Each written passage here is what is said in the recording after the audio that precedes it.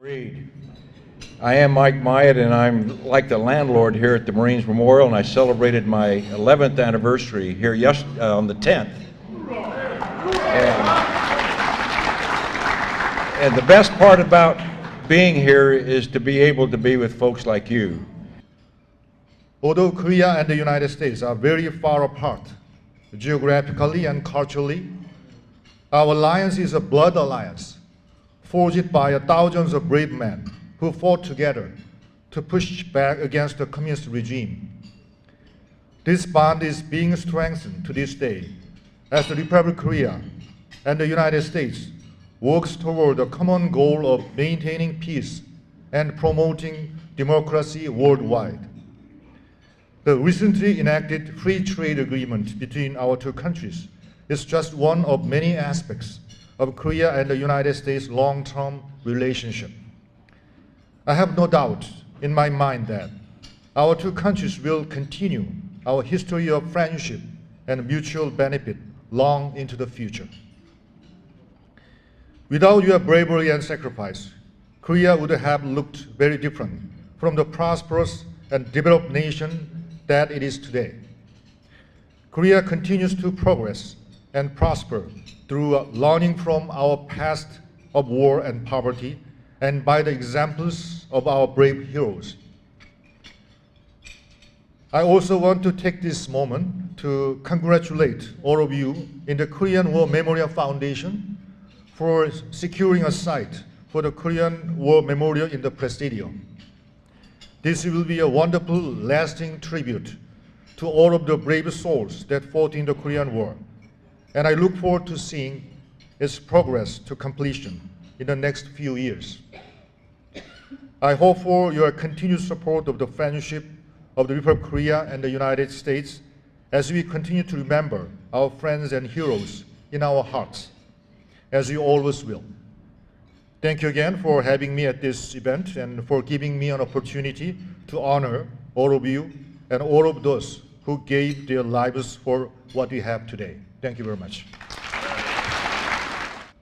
For had it not been for the reserve units in 1950, we possibly would not have been able to be here today with the Consul General and our Korean friends who are honoring us for saving their country and helping to bring the peace to that part of the world.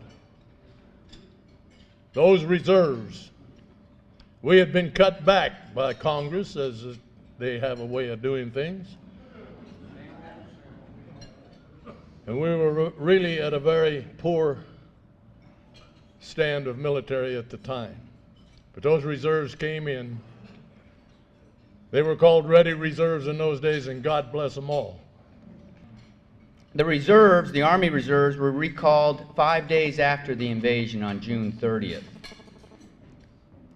And based on concerns of a global communist war beyond the peninsula at this time, they felt it necessary to put the inactive reserve to the front lines first.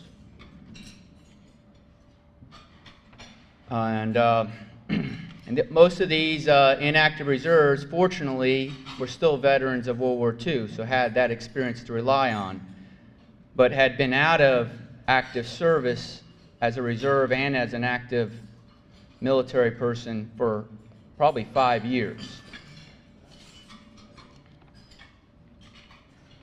General MacArthur, at this point, was already devising the plan to relieve the immense pressure on the Pusan Peninsula with the amphibious landing in Incheon.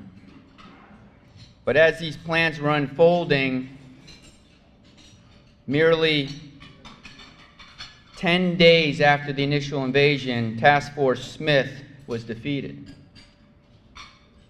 Time was critical.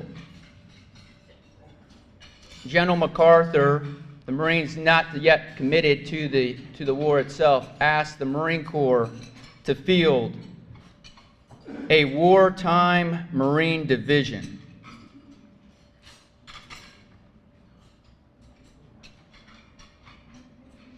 So with that order from General MacArthur, on June 7th, just 2 days after the defeat of Task Force Smith, 1st Provisional Marine Brigade Reinforced was stood up and activated at Camp Pendleton. The problem was the Marine Corps had lowered its ranks so much after World War II that they were desperate to find bodies to fill this order from General MacArthur.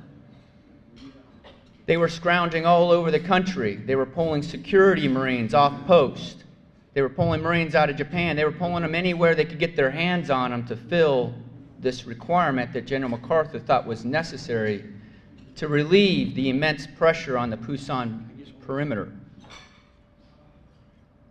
The Marine Corps was falling short on these numbers. So they turned to their reserves. So on June 19th, the Marine Corps Reserve was called to duty. All 33,000 Marines that were active reserves were called to serve, once again, of 138 units. By September 11th, which is coincidentally just yesterday, they had activated all of their units. Now, they had shown up for duty, but the problem is the Marine Corps had not necessarily ever done this before to such a degree.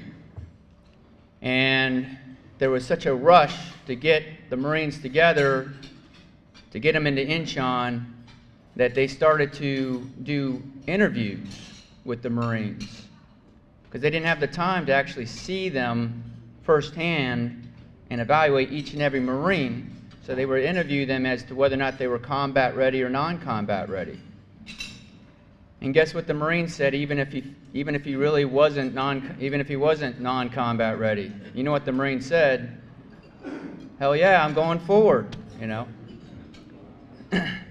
So these Marines, to their credit, were bold and unafraid and had courage, but may not have had the training that we would have liked to have given them prior to going into the Korean conflict. The Reserve Marines of today were sent, and the unit I was with was sent to Camp Pendleton. And our initial mission was very atypical for a Marine. Marines are very comfortable shooting weapons and very comfortable aggressing an enemy to their front. But we were expected to be trained in less than lethal munitions because our country was on such a heightened state of alert, ready for the other shoe to drop. So we were part of a quick reaction force to respond to any further terrorist attacks west of the Mississippi. But my friend and I, my friend who's a veteran as well, we took it upon ourselves to say, you know what, we're going to maintain our conventional weapons skills training because we feel good about maintaining that. And we did so, and it was fortunate that we elected that because General Mattis, since we had been on active duty for already a year and had a great deal of unit cohesion there at Camp Pendleton established, he asked us, the battalion, to go forward with 1st Marine Division, particularly Regimental Combat Team 1, into Iraq. And all that training we maintained in our conventional training paid off as we marched up the Mesopotamian Valley to secure the eastern half of Baghdad. But this just shows today's Reserve Marines, we're putting more and more on their shoulders. So here was in this one conflict, they were required to be skilled at less than lethal munitions and maintain their conventional warfighting capability in the event either event unfolded. Now let's speed forward through time. This seems like a lifetime ago to me. This was back in 2003. I stayed in the reserves, and then I can speak to the reserves' involvement in Operation Enduring Freedom. 11 TAC 1. Last year, leading the only reserve infantry battalion in Afghanistan. One of 7 battalions there. If you know anything about the current conflict and what we're expecting of these Marines, we hold them to the very same standards we would expect any Marine to go into harm's way. But the requirements are tremendous these days. It's called counterinsurgency. And counterinsurgency is probably one of the more complicated wars you can find yourself in because the enemy elects not to wear uniforms. They don't like to aggress you head on. You have to win the hearts and minds of the local people. And we had to train them, so we had to do our own screening. We still do our own screening in the reserves. We did that over a year out. We all went to Camp Pendleton too, just like the Marines that went over to Korea. Probably at Camp Margarita maybe, same spot, who knows. But while we did our training, we trained hard for 5 months straight before we went over.